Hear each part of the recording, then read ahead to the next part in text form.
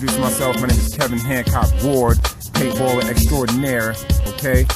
From Brooklyn, Staten Island, and now 518.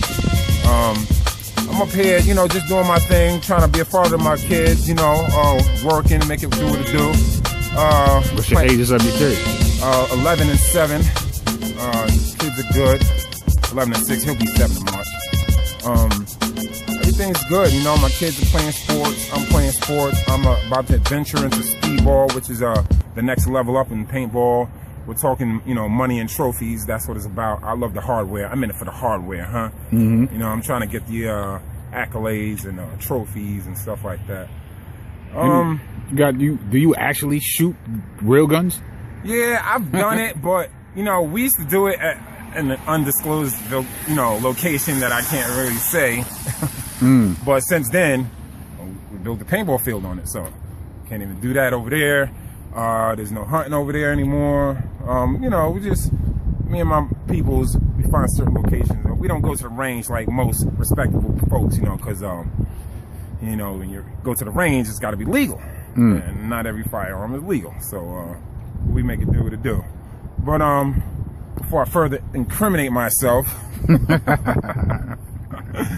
any other questions? I can ask you your thoughts. Speaking of firearms, do you feel like a black man should protect himself, arm himself from what's going on in society? Absolutely, absolutely. I feel, even though they got mad barriers where you can't even get a hold, it's not easy to obtain a handgun. Some of these barriers are they're just like a facade. It's a mirage. Like there's no real barriers. Let me tell you something. A lot of people don't know this. If you have a driver's license and no felonies, guess what? You can walk up in the Walmart and buy a goddamn shotgun or a hunting rifle. That's right. The only thing you actually need a permit for is a pistol. That's it. You know, no felonies. Go fill out a paperwork for a pistol permit and wait to hear back from them. You know, that's about it. But as far as buying a firearm, I can go in Walmart right now, Dick's Sporting Goods right now, and buy a shotgun right now. You know, just showing my license. Hey, Mr. Ward, how you doing? You know. And that's only for hunting purposes, so to speak, though, right? Yeah. Well, a shotgun, I mean, you don't even have to tell them all that, you know. So, but I think it's very important for not just black people, all people, to know their rights to bear arms. You know what I'm saying? Because they're trying to take that away from people, you know. And I think it's another one of those things that I think us people of color don't think that we have access to because of whatever. I don't know. I've never thought that I couldn't have a gun, you know. So that's just me. At the same time, there are a lot of knuckleheads out here who don't need no goddamn gun.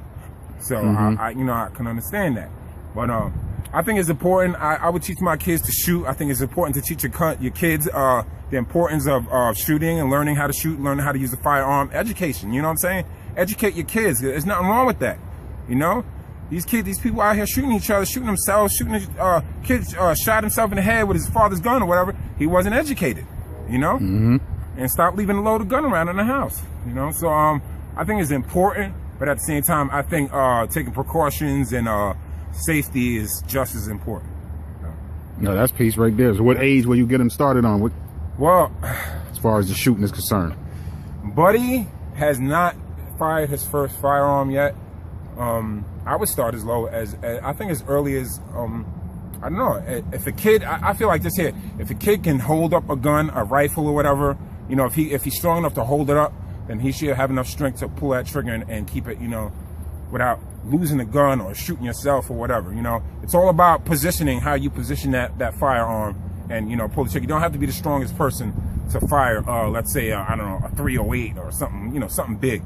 There's those who's probably watching this video at this point who might disagree with you that you probably shouldn't give a child a gun, but when we see on Facebook and we see all over the internet that there's people of other races that's teaching their children how to shoot a gun.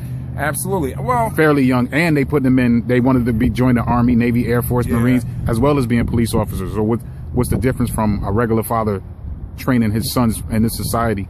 I think it's the lifestyle and circumstances. Like, for instance, I remember growing up in Brooklyn and Staten Island. We used to go to we used to call them the PLO stores, you know, the Happy Eve stores or whatever. We used to go to PLO stores. And you go in there and you go buy whatever. And you look behind the counter and you see their kids, man, holding up AKs and these big ass bazookas and all that shit, you know, because in their country, it's needed. That's what they need. That's what it is. That's their lifestyle. That's all they know. And so it's necessary for them for survival. Here, I don't think it's necessary. I think, you know, as a kid, reach a certain age, yeah, show them how to you know, fire a firearm. Probably more than anything for sport and for, you know, hunting and stuff.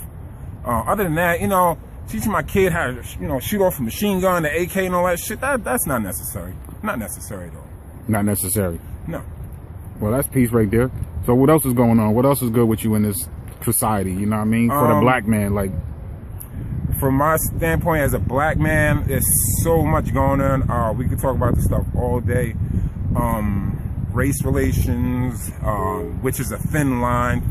You know, when you have black and white friends, and then racial crap happens, and you know, you're all friends on Facebook and stuff, and so I find myself having to sometimes I watch what I post because some of my white friends might be offended. Sometimes I don't. Sometimes I just don't, like, really just don't care.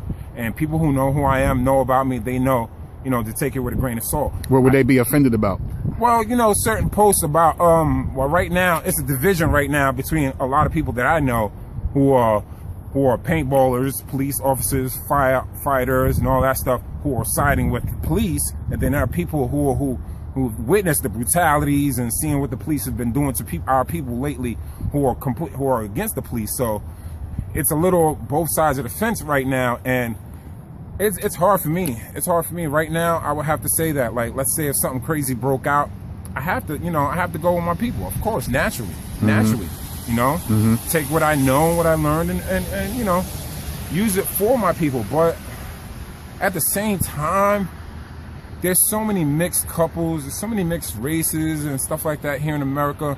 You can't really make it a race thing per se. You can't. There's certain instances where you can, but honestly, you really can't. It's really more and more about the haves versus the have-nots. You see what I'm saying? The line is drawn in the sand. Either you're going to be for the system or you're going to be against the system. You know what I'm saying? And we got black and white on both sides of the system.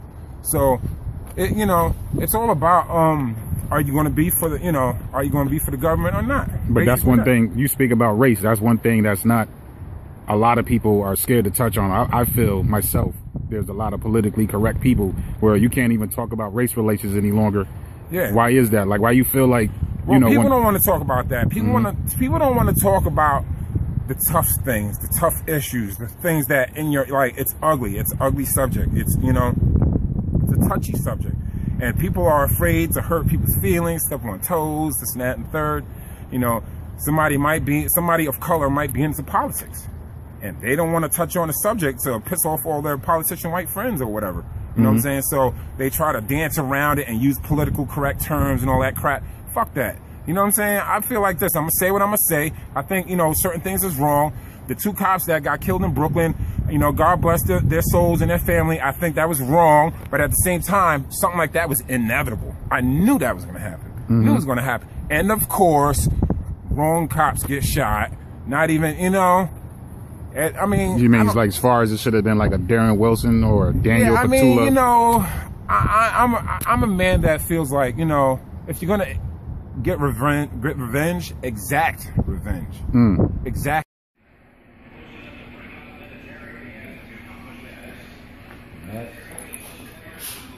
Yeah, right. I think that you know, me playing paintball, it started off as a therapeutic thing for me. You know. It was something that I needed to do. I'm a man of energy. I like energy. I need to exert my energy. I need to express myself. And yes, I do have, you know, some anger management issues. So I gotta release that energy somehow. And it turned out that I really like it a lot. It's a lot of fun. And where else does a brother to get to shoot white folks without going to jail for it? You know? So it's a lot of fun. You know, I used to play a lot of Call of Duty and all that stuff. That stuff don't do it for me no more.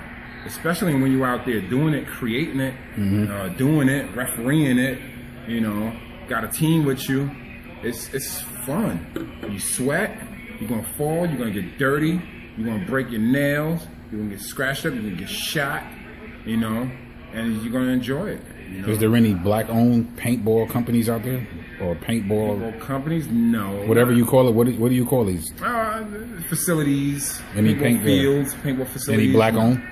No, not that I know of. Not that I know of. Not that they aren't, but I can't think of any off the top of my head. With that being said, I would like to be the very first African American paintball field owner here in the Five Winning area. It doesn't even have to be a field. You know, it could be a building. You know, call it a kill house. We call them kill houses when it's indoors like that. So, you know, put on indoor tournaments and stuff like that. It's something I would definitely love to do. You know, I've watched my friends do it. I watched my friends. We built. Listen, let me tell you something. I came from a paintball field, a paintball team, where we were outcasts at a certain field. I ain't gonna say. We were outcasts. We were actually basically pushed away. They didn't want us around no more. I guess because they felt we played dirty or whatever. We was just having issues with those guys. So my buddy Matt Diner said, you know what? Fuck that. We gonna build our own paintball field. Yeah, we'll show them dudes, and that's exactly what we did. And that's what Capital Combat Zone is today. It's basically a fuck you. We got our own shit. That's what that is. That's how it started. So I was glad to be a part of that project. And I watched the field owners and everybody else, and we all got together and we put this thing together. I know how to do it. I know what needs to be done. I've watched it get done. You know, there's a lot of paperwork involved. There's a lot of hurdles you got to jump with the city council and all that stuff. Are you going to get old folks saying, oh, not in our backyard. We don't want people shooting off guns over here. And you're going to get all that crap. And there's those hurdles you have to jump. But it's completely, totally possible. I've watched it. I watched it within a year get done. So I know it can get done. I don't have a cash cow. I don't have nobody to fund this thing for me. But it would be something that I would definitely like to venture into in the near future. If I can get funded to build my own field, or at least build my own indoor facility here in Albany, oh, it's on and popping. Because I know exactly what to do to make it run, and make it run right and safely, you know? So, you know.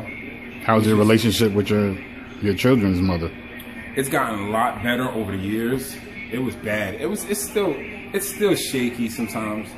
But, does your previous relationships have anything to do with how you feel, like, you know, as of lately or presently? Like, do you feel like you've been played by women, or do you just feel like? I feel like I have played and been played. I feel that I have played the game, and I have done my own thing, and then it has happened back to me. And when it happens back to me, I don't like the shit. Let's toast it up. I want to appreciate you for being the first interviewer of 2015 for NEGRITO'S Magazine. Hopefully there's, you know, bigger and better things. And I hope things work out for you in the near future as far as your paintball fantasy with your youngins, and just putting it out here, being the first black man to have one of those. I hope you'll be able to see all that, and yeah, man. I wish the best for you, brother. Thank you, sir. I want to say one more thing. Peace. Shout out to my son, Keyshawn Ward, fastest kid in Waterville. Yes, the boy is a beast. Shout out to you, Buddy Ward. Beast mode. Yes. All right, that's peace. This is NEGRITO'S Magazine signing off, y'all.